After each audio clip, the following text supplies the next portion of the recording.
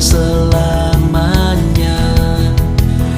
Kabarkanlah keselamatan yang datang daripadanya.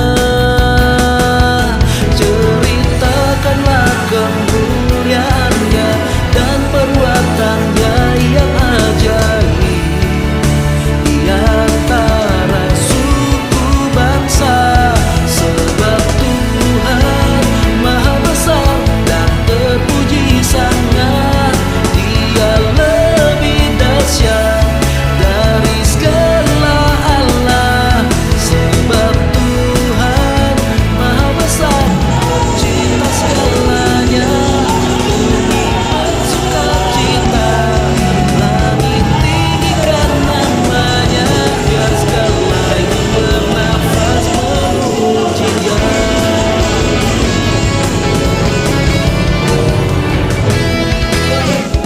Bernyanyilah bagi Tuhan, namanya sampai selamanya. Kabarkanlah keselamatan yang datang dari rumah doa yang berada di bawah naungan jaringan doa 5 Regional Banten, dan acara seminar ini diselenggarakan oleh Youth Frontline. Apa itu Youth Frontline? Youth Frontline itu adalah komunitas pemuda Kristen yang berada di bawah naungan jaringan doa pemuda nasional Alpha Omega Community Church dan GSJ Philadelphia Tanjung Buru. Terima kasih. Kita bersama-sama pemuda-pemuda yang luar biasa ini, kita memuji dan menyembah Tuhan dan melakukan hal-hal yang luar biasa. Ibu, bapak-bapak, dan juga kekasih-kekasih pemuda dan pemudi yang tercinta, semalam mereka memuji dan menyembah Tuhan. Dan luar biasa kita boleh berada suatu lawatan Tuhan dan dahsyat, ya. Oke. Hadir terlebih dahulu untuk melepaskan berkat buat saya dan saudara. Sebab itu, saat pagi hari ini pastikan kita terima berkat Tuhan. Percaya bahwa sekalipun secara kasat mata Tuhan, kami tidak dapat memandang kehadiran Tuhan. Tapi satu hal kami yakini bahwa Engkau Tuhan Maha hadir.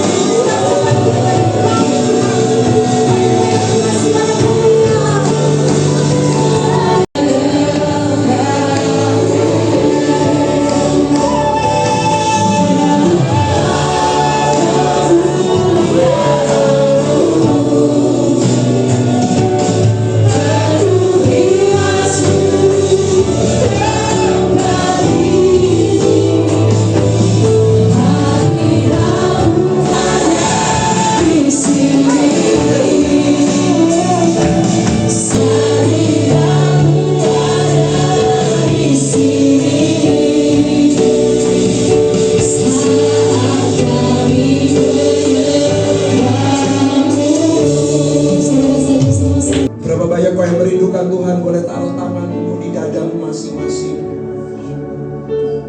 Dan kau mulai berkata, Tuhan terima kasih. Mari angkat suaramu dan kau boleh mulai berdoa. Dan mari jangan ada yang berdiam diri, hampiri Tuhan dengan ucapan syukur. Masuk gerbangnya dengan ucapan syukur.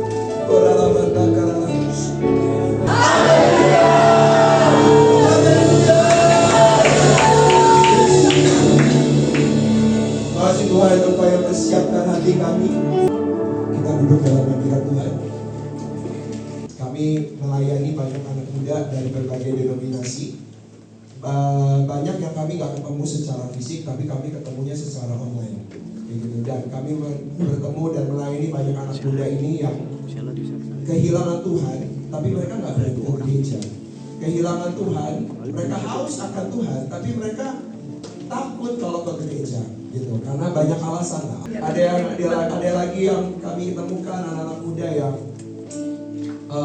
mereka sudah begitu jauh dengan Tuhan, tapi mereka sebenarnya sudah dijumpai Tuhan di kamar pribadi, tapi mereka nggak tahu bagaimana harus meresponinya, dan nggak tahu, akhirnya ketemu melalui online, dan di situ kami muridkan. Kami punya visi yaitu memuridkan sekalipun melalui online, tapi kami muridkan. Kami Tuhan panggil untuk menjadi seperti inkubator bayi, dan setelah mereka dewasa rohani, kami akan lepaskan mereka kembali ke gereja lokal, karena mereka sudah bisa dengar suara Tuhan. Mungkin mereka merasa bahwa saya mau kembali ke gereja lokal, atau saya harus pergi ke satu tempat bangun persekutuan lagi atau apa, terserah mereka, karena mereka sudah bisa dengar suara Tuhan. Jadi sehingga kalau apa yang terjadi di dunia ini itu semua terjadi karena free will manusia, lalu Tuhan akan siap nanti pada akhirnya menghakimi kita. Tapi apa yang firman Tuhan katakan bahwa pada saat Yesus itu ada di dunia, pada saat dia dalam rupa inkarnasinya, dia selalu berkata bahwa kerajaan Tuhan itu sudah dekat, bahkan ada di tengah-tengah kamu. Yang lebih berarti lagi, pada saat dia naik ke surga, ketika Roh Kudus itu dicurahkan, itu kan rohnya dia, rohnya Bapa di surga. Berarti kerajaan Tuhan ini tidak istilah begini, ketika Tuhan Yesus itu naik ke surga, tidak berarti kuasanya dia, kerajaannya dia yang dia katakan kerajaan Tuhan itu di tengah-tengah kamu itu juga ikut naik. Tapi justru semakin dan semakin luas lagi pekerjaan Tuhan itu ada di tengah-tengah kita.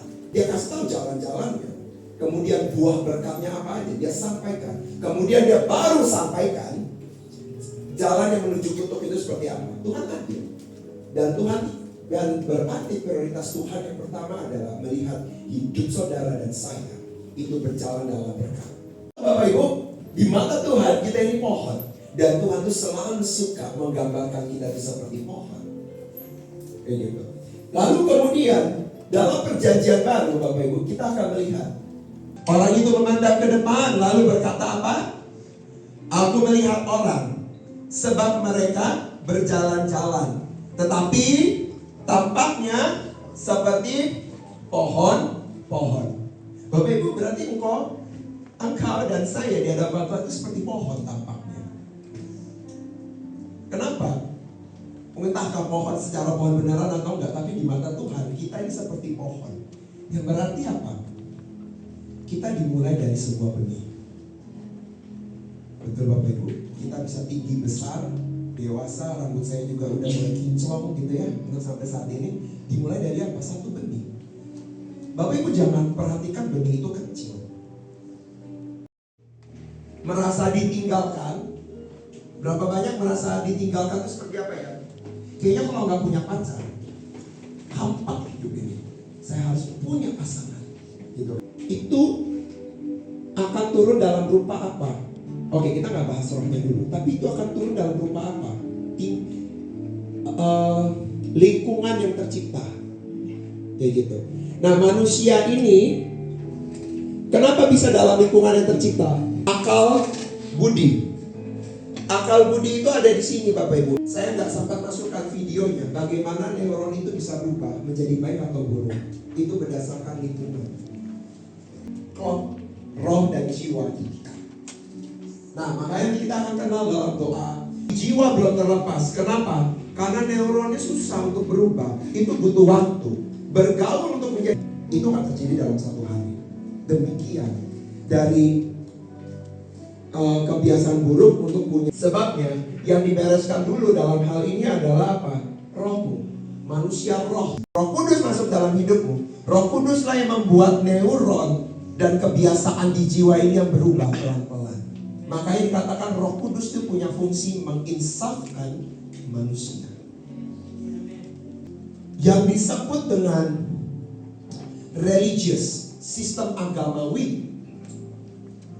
Tuhan Yesus itu tidak pernah mengajarkan agamawi Bapak Ibu. Oke, tapi dia mengajarkan unconditional love. Agamawi itu apa? Asalkan aku puasa lebih banyak lagi, Tuhan pasti lebih sayang sama aku. Berapa banyak kita berpikir demikian? Padahal pada kenyataannya, jauh sebelum kamu berpuasa lebih pun, Dia sudah mati di salib bagi kamu. Amin. Tersembuhkan, yang tidak disembuhkan, yang kemudian merubah nervous system, kemudian itu bereaksi dan bereaksi mengeluarkan manifestasinya, dan itu mempengaruhi bagaimana cara kita hidup dan bagaimana kita meresponi terhadap stres. Bahkan sampai kepada keturunan ketiga, keempat, kelima, sampai keturunan yang ketujuh, baru dosa itu selesai. Pertanyaan yang benarkah sampai keturunan ketujuh kita bisa dosa itu akan selesai? Enggak. Dosa itu, konsekuensi dosa itu seperti bola salju, makin menggulung makin besar, makin gulung makin besar, bersama dengan kalau utang itu bersama dengan bunga-bunganya itu makin besar.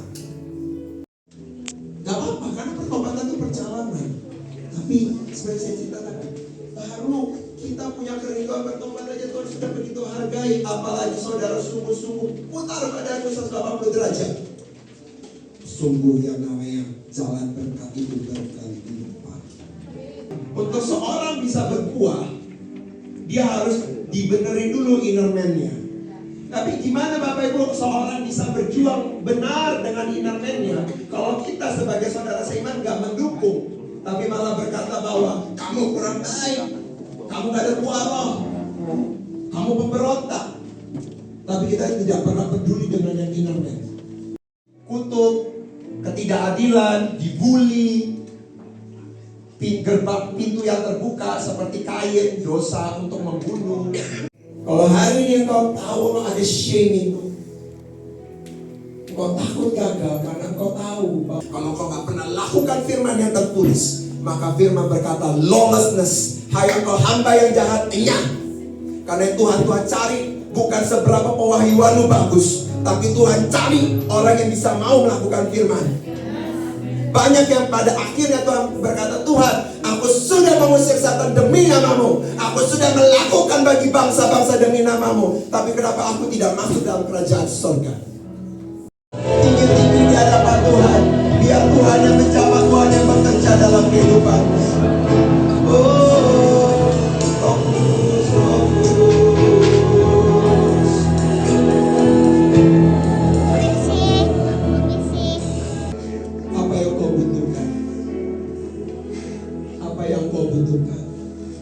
Ketika engkau angkat tanganmu di hadapan Tuhan, engkau sudah tidak berdiri di hadapan seorang Jonathan, tapi ada sang raja yang saat ini berdiri di hadapanmu.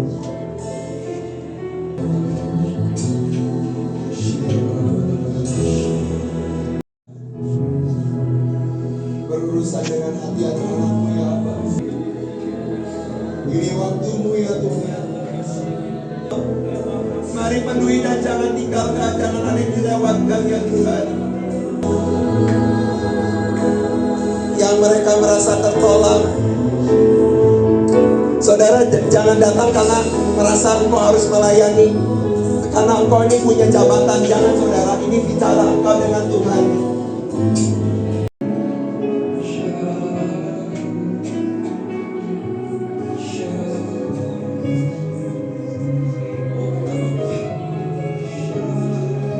Dan Tuhan berkata buat engkau yang kau sudah melayani, tapi engkau jauh dari itu. Aku tidak menolak engkau, aku tidak marah dengan engkau, tapi aku mau peluk engkau. Pulanglah ke dalam hatiku.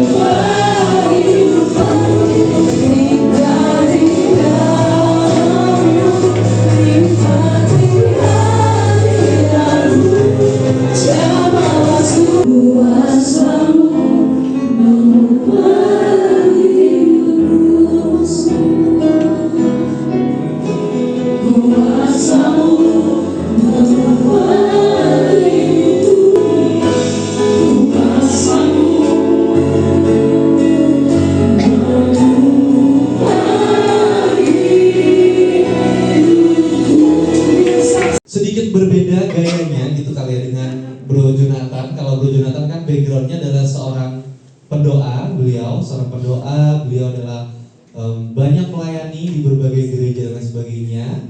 Kali ini saya izinkan sharing lebih banyak terkait dengan topik yang kedua, dengan judul tadi sebenarnya topik atau temanya adalah Leadership Nurtures Lives.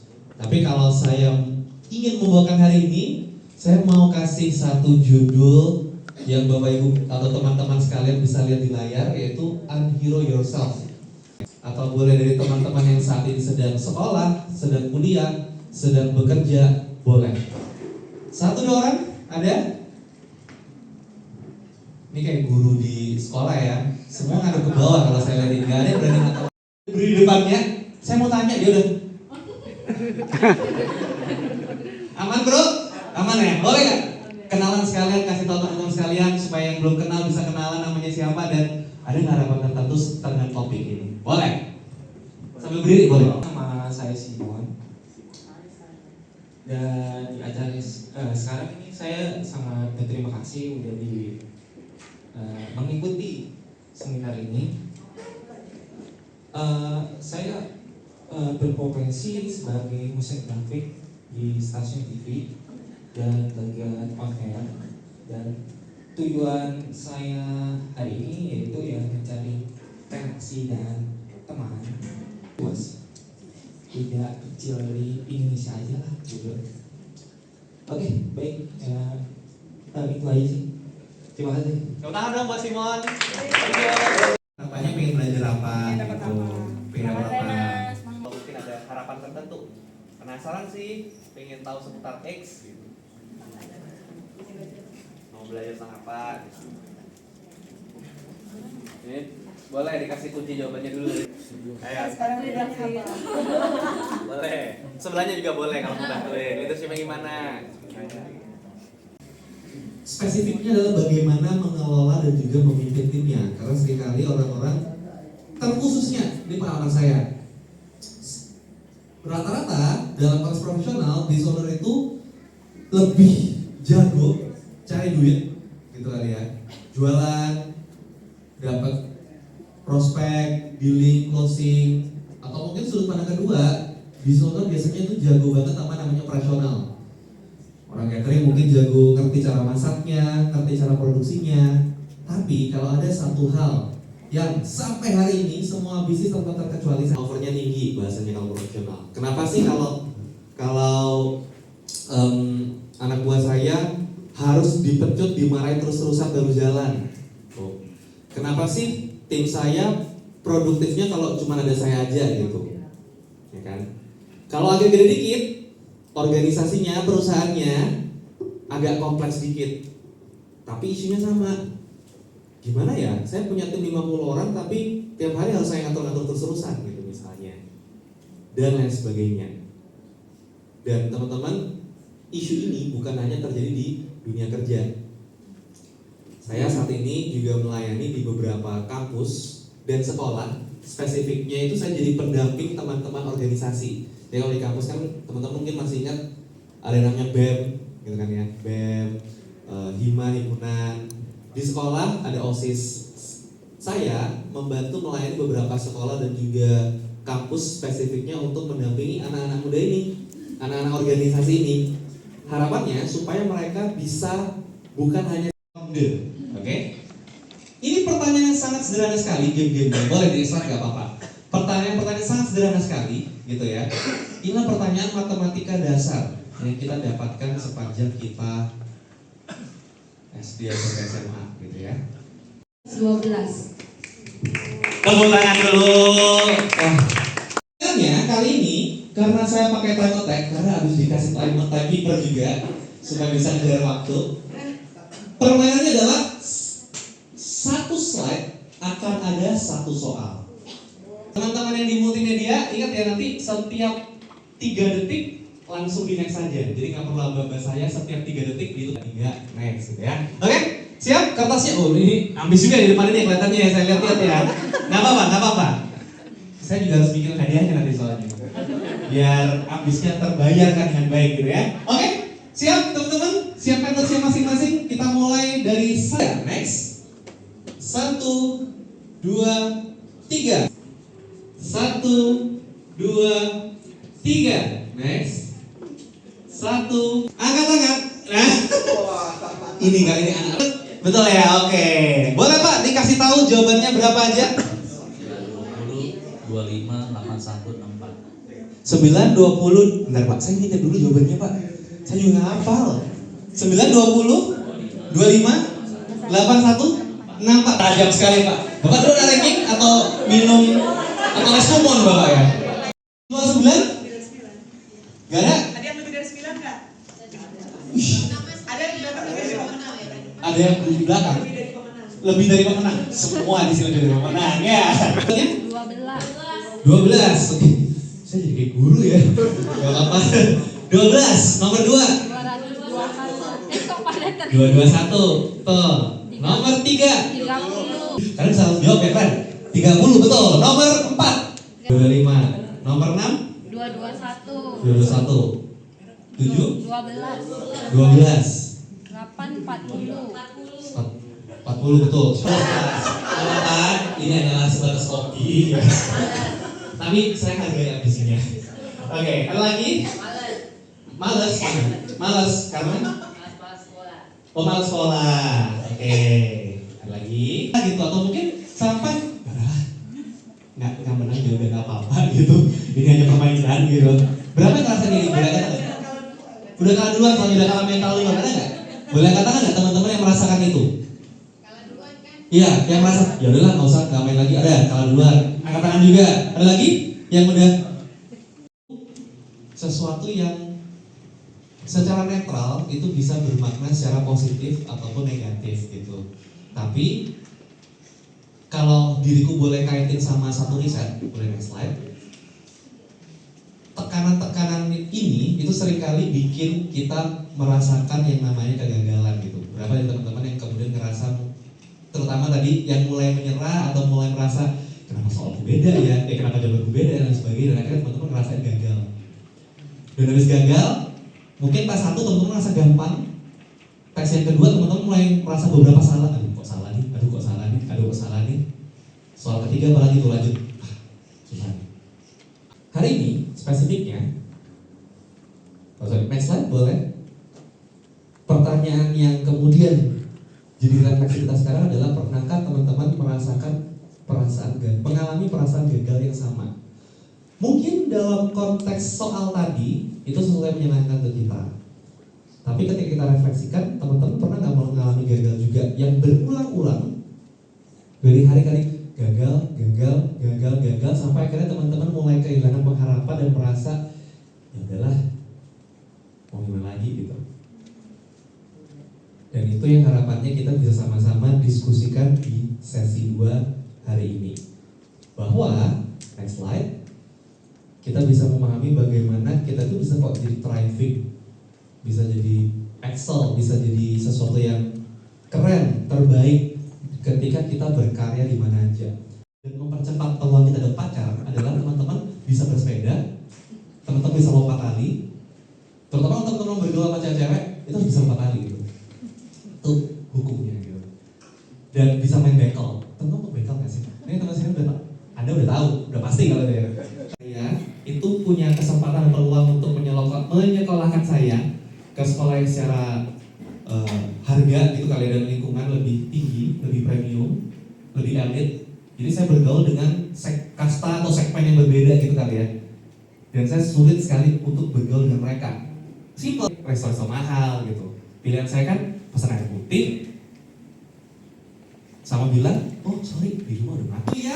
Ngelewatin masa yang gak kalah uniknya gitu, karena di kuliah mulai nambah banyak teman, tapi pada akhirnya di random aja teman-teman saya gitu. Dan tapi masa itu saya bertekad, saya akan jadi orang yang sukses dan kaya. Yes. Karena kalau kita terus naik dan tidak turun. Gitu kan. Biasanya saya yakin gitu. Dan saya merasa ketika itu saya paling sukses nih. Di kuliah akhirnya saya memutuskan untuk join organisasi dan saya kerja semester 8 gitu. Saya kerja sebagai seorang full timer, spesifiknya event organizer gitu. Jadi saya handle event, kalau ada promotor, ada artis-artis datang, mau bikin konser, saya bantuin gitu. Sama hal yang sedikit, tapi satu fundamental.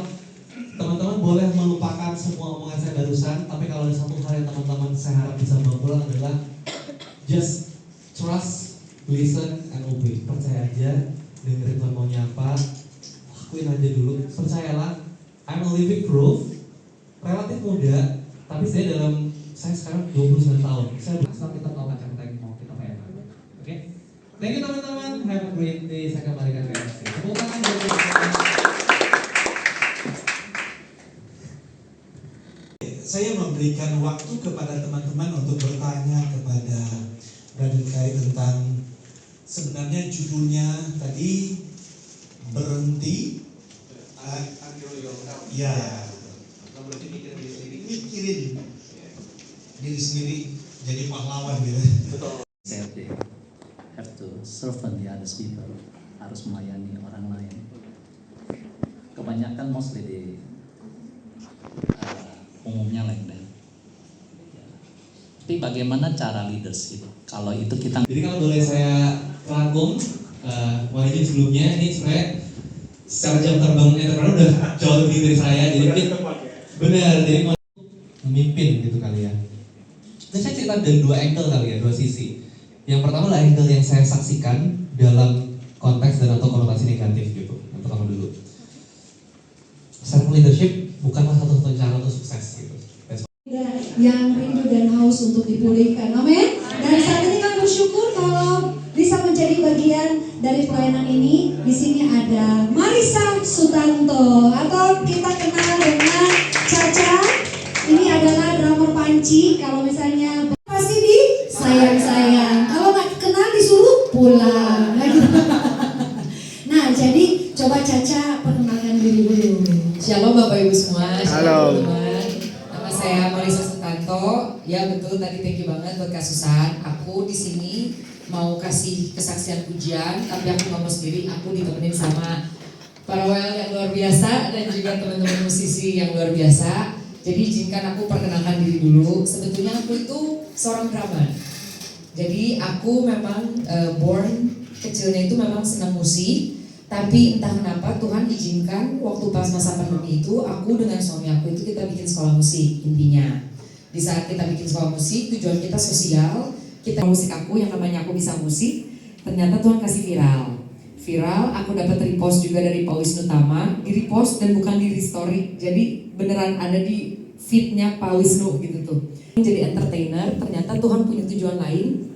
Saya untuk jadi mengembangkan sharing juga soal pendidikan drum ibaratnya.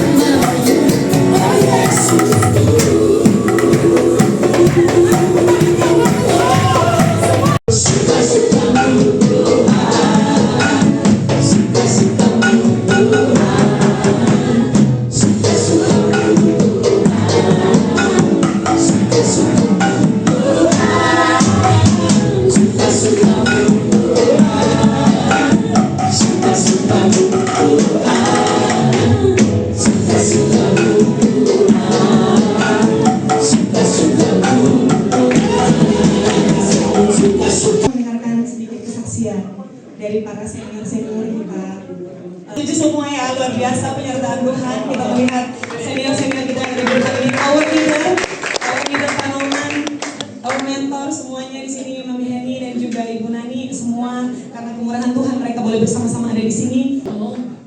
Puji Tuhan, saya mengucap syukur buat Bapakku Tuhan Yesus Kristus ya. Umur 13 tahun aku dipanggil untuk mengikuti Tuhan. Puji Tuhan dan Tuhan Yesus luar biasa. Kami boleh merasakan karena saya dari Muslim ya, dan saya mengucap syukur bahwa betapa baiknya Tuhan Yesus, dan aku memanggil Dia sebagai Allah. Dia terlalu baik. Dan ada seorang teman pernah nanya, Bu Yani, apa nggak pernah bosan ikut Tuhan? Saya bilang enggak. Kenapa? Karena aku tahu kemana aku akan balik. Aku tahu di mana tempat aku akan datang. Berkali-kali Tuhan Yesus menampakkan diri sama kami. Tapi ada satu saat di mana kami dibawa ke Firdaus. Aku bertemu dengan Petrus, aku bertemu juga dengan Paulus. Dan waktu saya di dalam ada pujian penyembahan itu di salah satu pertama ke alam barzah, baru ke Firdaus. Sebelah tulis aja aku punya nama. Dan karena ada buku besar tulis aja, enggak Heni kamu balik karena kamu masih mau dipakai di bumi. Oh gitu, dan saya tanya, terus kalau aku balik ada, iya kamu balik lagi ke sini. Oh gitu ya, oke aku balik. Dan puji Tuhan, Tuhan memberikan tugas pelayanan kami. Kami dibawa untuk melayani pelepasan sejak tahun 1986. Waktu pelayanan itu, Bapak menampakkan diri kepada kami bertiga dan 2 orang udah pulang, tinggal saya sendiri. Ya. Dan Tuhan katakan, kamu akan lihat hari-hari terakhir banyak hamba-hambaku yang melayani aku, tapi bukan karena aku, tapi karena perut mereka. Dan aku melihat hari-hari ini itu terjadi. Dan saudaraku yang kekasih dalam Yesus Kristus, Yesus itu nyata, bukan legenda. Saya pernah di bangku Bapak. Waktu saya sakit, saya sudah ada di pangkuan Tuhan, dan saya nggak tahu kalau itu Bapak. Cuma kenapa dia dekat? Kok ini dekat sekali? Bukan anak-anak saya. Dia laki-laki, ini bukan anak saya, bukan Bapak. Sukacita bersama Anda semuanya, terutama kaum muda ini. Terima kasih untuk kesempatan yang diberikan. Saya mau menyaksikan bagaimana kebaikan Tuhan yang luar biasa. Saya dari kecil sebenarnya mama saya dari Pantekosta, dan saya selalu dibawa ke gereja. Dan waktu masih belum mengerti apa-apa, saya juga ada melihat Tuhan Yesus gitu ya. Tuhan Yesus manggil saya gitu. Lihat aku mengetuk, aku lagi main perjamuan kudus, mau makan perjamuan kudus kan ada gitu ya. Saya lihat Tuhan Yesus mengetuk pintu, di situ saya hancur hati gitu, masih kecil itu padahal.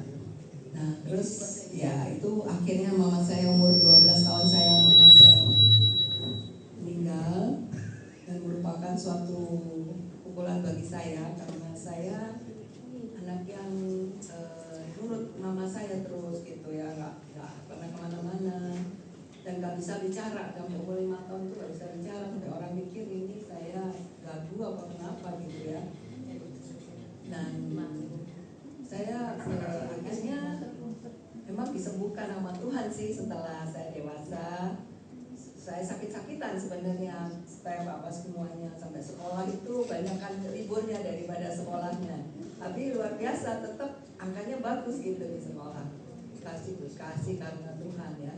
Terus waktu saya besar akhirnya itu mama saya meninggal, saya mengalami shock dan saya nggak bisa tertawa, saya nggak bisa menangis selama bertahun-tahun. Sampai saya terima Tuhan Yesus, langsung diproses, semua salah, ini kamu salah, ini kamu. Nah, saya pikir padahal waktu itu di Uber saya sampai saya nggak mau di Uber terus sampai saya dapat akhirnya waktu saya dapat. Di situ saya diproses Tuhan luar biasa. Saya mengucap syukur tapi untuk proses itu karena tadinya seorang orang melo, gampang nangis, gampang ya pokoknya melo deh. Nah di situ akhirnya saya belajar bagaimana menghadapi suatu tantangan yang luar biasa. Tuhan proses saya sehingga saya bisa mengatasi masalah itu, sehingga saya menjadi orang-orang justru jadi pendoa syafaat, kami peperangan, bagaimana mengadakan pembalikan keadaan, bagaimana saya berdoa berdiri bagi bangsa Indonesia, berdiri bagi keluarga saya, bagi teman-teman semuanya. Dan kami mengucap syukur proses Tuhan itu benar-benar membuat kita menjadi kuat. Saya mendapat suatu impresi bahwa pelajaran dari Tuhan itu udah terbaik. Saya jadi mengasihi dia luar biasa. Dia suami yang terbaik akhirnya. Tuhan itu memang terbaik. Sekalipun awalnya saya nggak suka gitu ya, tapi luar biasa ternyata ini yang terbaik untuk saya. Teman hidup yang luar biasa. Kesaksian yang luar biasa. Itu dibongkar rahasia semua. Ya, tapi benar bukan karangan gitu. Ya itu yang kalau saya kasih sekolah perdiaman mungkin nggak ketemu Ibu Nani, ya mungkin dia nggak doakan, mungkin saya tetap Buddha. Ya mungkin doa dia juga sehingga satu hari kan saya dibaptis waktu itu dari tren di Puncak. Ya sama. Nah itu mungkin karena doa istri saya yang sekarang jadi istri saya. Ya, tapi ya semua doa dia. Perubahan hidup saya dulu orang yang keras sekali, mungkin saya sekarang lebih berbuat gitu, lebih sabar.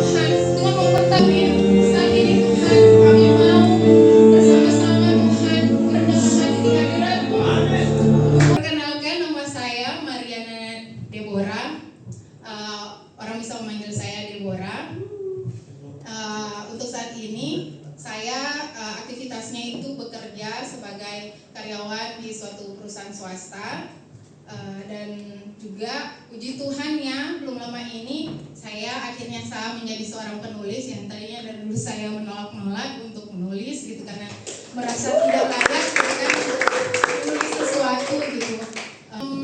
Tadi itu kan di sesi 1 kita sudah belajar tentang apa? Mungkin ada yang ingat? Bisa jawab aja gitu, teriak. Kita sesi 1 belajar tentang apa? Tentang trauma. Trauma atau apa? Trauma atau apa? Kutuk.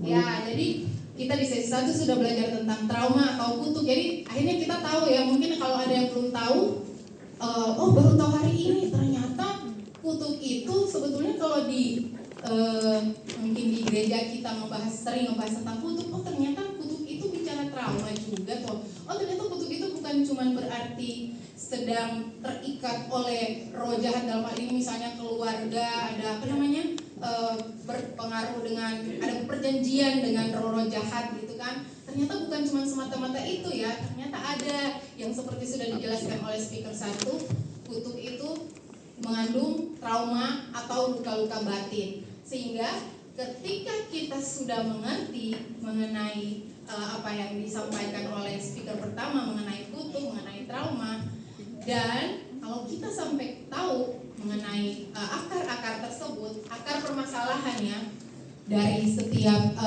permasalahan kita pribadi masing-masing, kita akan mulai mencari tahu bagaimana saya bisa keluar dari ini semua gitu. Dan sehingga ketika kita mau mulai mencari tahu akar permasalahannya apa, kita mau terus melangkah dengan iman kita gitu kan bersama Tuhan Yesus, kita akan menuju ke hasilnya, result, yaitu yang dibahas oleh speaker kedua, Bapak Kai ya, mengenai leadership. Itu sebetulnya berbicara Tuhan menjanji turun ya. Nah mungkin orang-orang kadang kebanyakan lebih udah mulai antipati dengan berkat gitu ya kan. Kita akan jadi kepala bukan ekor ya, dan itu berbicara leadership, dimana Tuhan itu memang mau menyatakan kita itu akan memerintah bersama Dia, kita itu akan menjadi pemimpin gitu pada masanya gitu kan. Tapi bagaimana kita bisa menerima janji Tuhan untuk menjadi pemimpin kalau kita melihat diri kita yang sekarang seperti yang tadi dibahas di session 2, kita udah merasa rendah diri, kita udah merasa kita nggak layak, kita udah merasa ya udahlah saya gini aja gitu kan. Nah kalau kita masih merasa seperti itu tidak akan bisa membawa kita untuk mengerti bahwa kita harus naik level gitu. Kita sudah melimitasi diri kita. Nah oleh karena itu setelah kita belajar season 2 kita udah tahu ya resultnya. Saya itu untuk mulai mengedukasikan mengenai self development dan mental health yang sebetulnya semua itu saya ambil dari Alkitab, tapi saya bagikan ke dunia dengan apa ya, istilahnya menginfiltrasi, karena kan kalau di kantor tuh pasti berbagai agama ya, dan terutama yes, jadi ini adalah kunci bagaimana kita bisa mulai mengalami pengembangan diri, bagaimana kita bisa mulai mengalami mental yang sehat. Mungkin saat ini Bapak Ibu teman-teman mikir gitu, wah dengan persoalan saya saat ini, dengan apa masalah-masalah dan beban-beban saya, bagaimana bisa saya mental saya sehat gitu. Yang ada saya depresi nih, ngehadapin setiap persoalan yang saya hari ini sedang alami gitu. Bagaimana bisa saya mengembangkan diri sedangkan saya ini lagi fokus sama masalah saya, udah nggak ada waktu lagi gitu untuk misalnya mengembangkan diri, untuk bertobat gitu kan, nggak bisa, saya lagi fokus dengan masalah saya. Nah sebetulnya memang itu adalah cara iblis yang memang mau membawa kita untuk semakin jauh dari kerajaan Elohim itu sendiri gitu. Mungkin kan ada kesaksian-kesaksian seperti itu yang saya dengar, itu yang membuat saya langsung mikir, aduh mengikuti Yesus itu berat banget ya berarti. Segala sesuatu karena apa kata orang.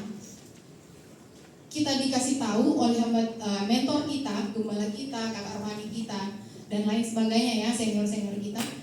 Lalu kita ngerasa tertuduh, oh iya saya salah gitu, saya salah. Tapi saya lalu melakukan hal itu bukan karena Tuhan yang reveal ke saya, bukan karena Tuhan yang menyingkapkan kesalahan saya di mana, tapi hanya karena saya dengar di dalam firman atau saat orang khotbah dibilang jangan begini, jangan begitu, jangan begini, jangan begitu. Oleh karena itu, karena saya mau menunjukkan bukti cinta saya ke Tuhan, saya lakukan semua jangan itu. Tanpa saya mencari tahu, benar-benar menyadari sendiri karena Tuhan yang reveal ke saya akar-akar dari hal-hal yang harus saya tidak lakukan itu apa? Fungsinya terhadap diri saya apa? Itu yang membuat kita dan saya ya, pengalaman saya jadi tidak bisa mengalami namanya pengembangan diri dan akhirnya menemukan kesehatan mental jiwa yang sehat. Karena ya itu tadi, karena saya tidak menyadari bahwa oh ternyata kalau saya taat itu sebetulnya Tuhan sayang sama saya. Ketika saya baca firman gitu kan, misalnya apa firmannya ya, macam soft skill ya, perilaku gitu, tata krama gitu dan lain sebagainya. Sehingga orang semakin percaya dengan setiap apapun yang kita keluarkan dari mulut kita gitu. Nah, jadi apa bedanya self development versi dunia dengan kita belajar Alkitab, kita kejar kerajaan sorga, kita taat mengejar itu semua, dan ada pertobatan di situ. Ketika kita bertobat, kita akan melihat karakter kita semakin berkembang hari demi hari gitu. Next apa? Belajar di sini. Belajar di sini. Apapun karakter lama kita, even yang terlihat baik. Dulu tuh saya berpikir orang pendiam itu baik, diam itu emas. Emang ya Alkitab juga bilang ngajarin juga kan sebenarnya untuk lebih banyak, maksudnya bukan diam gimana gitu ya, tapi benar-benar bagaimana kita berdiam diri untuk bisa lebih mendengar suara Tuhan. Tapi nggak semua diam itu ternyata benar-benar di-approve oleh Alkitab gitu. Karena ternyata hal-hal yang baik pun kalau itu berlebihan gitu, itu akan membuat kita jadi jatuh ke hal yang salah gitu. Dan itulah kenapa kita harus terus belajar mengembangkan karakter lewat Alkitab. Alkitab itu yang akan menyeimbangkan semua karakter kita yang terlihat baik tapi ternyata sudah berlebihan. Yang hamba Tuhan ya, biasanya mereka akan terluka dengan sesama pelayan, mungkin terluka dengan mungkin pastor senior mereka gitu kan, terluka mungkin dengan rekan gembala mereka di gereja Tuhan. Dan saya melihat hal itu terjadi di banyak hamba Tuhan besar ya. Di situ saya bersyukur karena akhirnya saya melihat, wah ternyata mereka sudah mulai memasuki proses selanjutnya, melihat hamba-hamba Tuhan yang besar gitu kan. Wah ini udah red flag hamba Tuhan ini, wah ini begini, udah mulai lagi menyesatkan orang apa segala macam gitu. Kalau menurut saya kutub turunan dapat berupa suatu penyakit yang dapat dialami, mungkin terkadang didapatkan oleh orang tua dan didapatkan terus dengan anak. Trauma atau luka batin dapat berupa mungkin kita pernah merasa tidak diterima atau apa. Singkat gitu. Wah puji Tuhan, singkat pada jelas. Praktis untuk kalian akan dapat bukunya, kalau fisiknya belum ada mohon maaf ya nanti dikirim, tapi ibunya akan duluan. Oke. Baik, untuk pertanyaannya tadi itu ada 3. Yang pertama self deny atau sangkal diri, yang kedua surrender atau berserah, yang ketiga have faith atau beriman. Sempat ingat nggak di self deny itu ada apa aja? Enggak ya? Ya udah nggak apa-apa. Karunia ya bisa menyembuhkan orang sakit, bernubuat, bisa berbahasa roh dan lain sebagainya. Ada orang yang masih belum bisa memancarkan kemuliaan Tuhan, masih takut untuk memberitakan Injil kepada keluarga yang belum mengenal Kristus Yesus, takut untuk menyuarakan kebenaran dan hidup menyerupai Kristus karena takut ditolak dunia. Prayer encounter anak-anak muda di Cikarang, kita duduk malam-malam sharing, oh ada seminar ini gitu ya, ada acara ini gitu. Saya tiba-tiba diingatkan Roh Kudus bahwa saya tuh pernah melukis, teman-teman, Bapak Ibu semua. Saya pernah melukis satu pohon, satu kumpulan pohon, karena pohonnya banyak, gak cuma satu. Itu terkait dengan pohon keluarga saya tamain. Nah ini saya bawa replikanya, sebenarnya saya cuma tiba-tiba keinget, dan pada saat itu saya belum tahu artinya. Jadi saya cuma melukis, saya pikir ini tentang pertumbuhan mungkin ya, ini tentang apa ya, adik, kakak gitu ya. Tapi anehnya, ketika saya selesai ini, tiba-tiba saya merasa bahwa ini seperti keluarga. Makanya relate sekali waktu Kak Jo bilang, kita ini seperti pohon. Jadi seperti satu kesatuan, loh, it's a family. Nah, pada saat itu saya belum mengerti ini maksudnya seperti apa. Tapi di bulan Juni yang kita punya ada doa bareng-bareng sama 2 generasi anak muda sama orang tua di gereja kami. 10 hari waktu itu pencurahan Roh Kudus, 10 hari kita berdoa bersama-sama gitu ya. Dan saya dikasih kesempatan untuk sharing Bapak Ibu. Dan tiba-tiba Tuhan berbicara, ayo kamu ngomong soal keluarga atau tentang berkat keturunan. Karena tapi Yesus mau memberkati anak-anak. Di ayat terakhir dia dikatakan, lalu ia memeluk anak-anak itu. Dia bukan cuma memberkati, ia memeluk dulu. Ia memeluk anak-anak itu sambil meletakkan tangannya di atas mereka, ia memberkati mereka. So walaupun anak-anak tempat ini gitu ya, Kak, aku nggak punya figur, aku nggak merasa bahwa orang tuaku tuh figur, atau aku nggak pernah dapat peran itu. Aku sakit hati dengan pemimpin gereja, aku sakit hati dengan rumahku, aku terluka. Tapi ingat hari ini, Yesus sedang ingin memberkati kita semua tanpa terkecuali. Mungkin kita sudah lama melayani Tuhan, mungkin kita sudah bertahun-tahun melayani Tuhan dengan musik, khotbah, atau mungkin ada yang udah menjadi usher, mungkin pelayanan di cell group segala macam gitu ya. Tapi mau nggak kita sama-sama punya hatinya Tuhan, hatinya Tuhan yang mengasihi jiwa-jiwa, mengasihi generasi indah. Dan itu hal yang dibutuhkan. Mungkin Bapak Ibu punya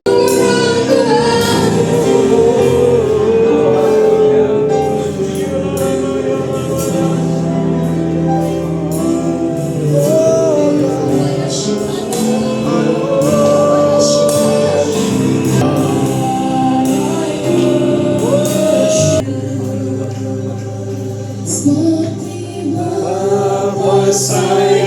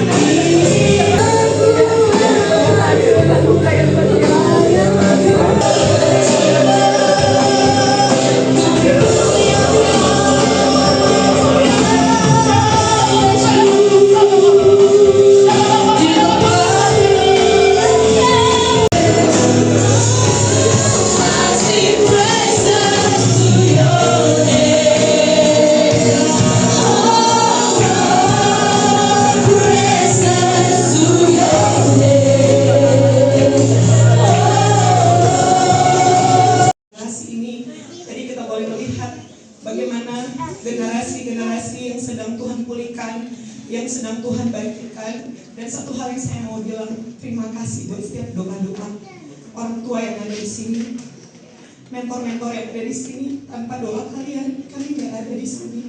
Tanpa doa kalian, kami nggak akan bisa berjuang bagi generasi selanjutnya.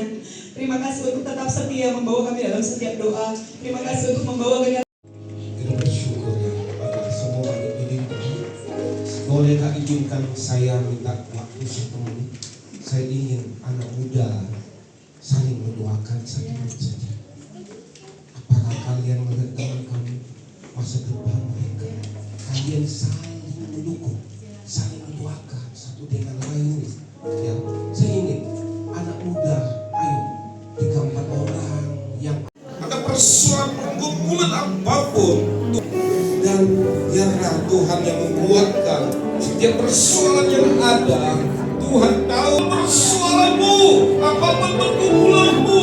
Anak-anakku yang kau kasih, engkau yang berbeban berat, datanglah kepada mampu yang terjadi, tetap taat kepada Tuhan sampai akhir hidup kita. Tuhan, haleluya, haleluya, haleluya, haleluya, haleluya, haleluya, haleluya.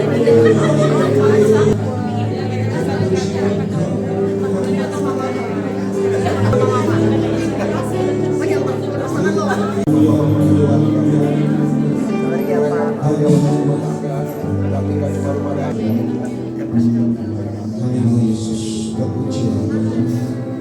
terima kasih pada hari yang berbahagia ini. Kami ingin melihat pemuda-pemuda dibangkitkan, dipulihkan di dalam nama Tuhan Yesus, dibangkitkan di dalam nama Tuhan Yesus. Masa depan kami ada di tangan-Mu Bapa.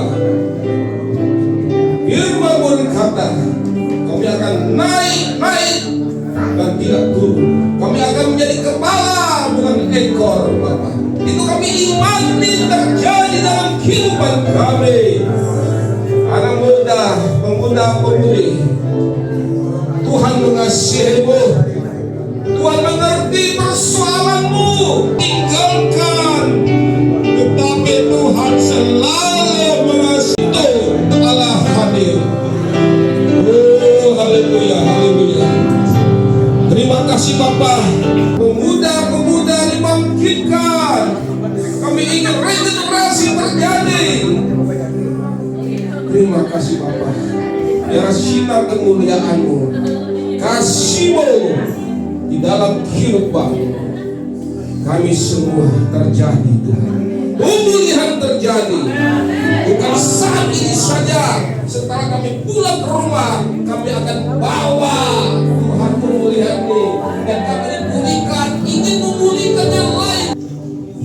Saudara-saudari, Bapak Ibu yang dikasihi di dalam Yesus Kristus, arahkanlah hati dan pikiran, terimalah berkat dari Tuhan Yesus Kristus. Menyinari engkau dengan wajahnya dan memberi engkau kasih karunia-Nya.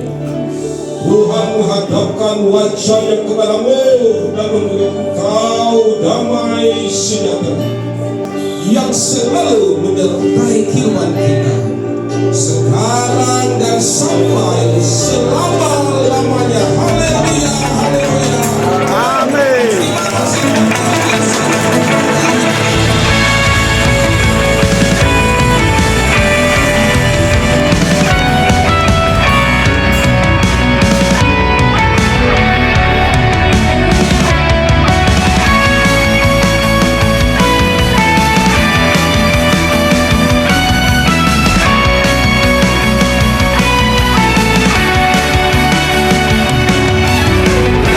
Kasih-Mu bebaskanku, tangan-Mu menopangku, dalam-Mu ku bermegah, Kau Tuhan kekuatanku. Sorakan kemenangan, ku angkat panji nama-Mu, sebab ku tahu Engkaulah pertolongan.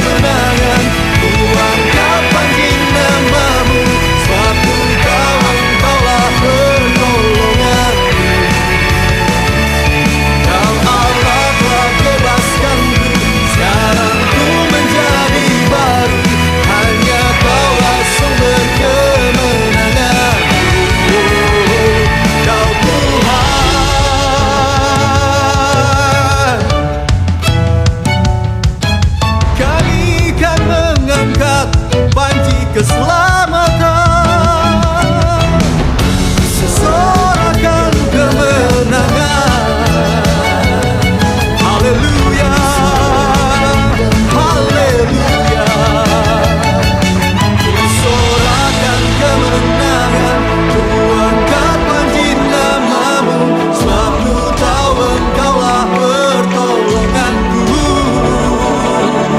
Kawalah telah bebaskanku, sekarang ku menjadi baru, hanya kaulah sumber kemenanganku. Yeah. Ku sorakan kemenangan, ku angkat panji namamu, sebab ku tahu engkaulah pertolonganku. Kau Allah telah bebaskanku, sekarang ku menjadi baru, hanya kaulah sumber kemenanganku.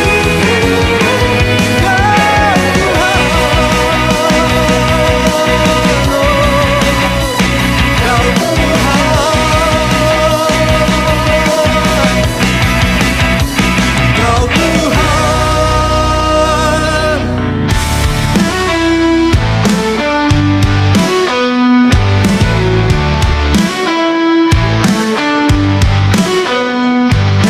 Silence of dawn, I feel your presence, Lord.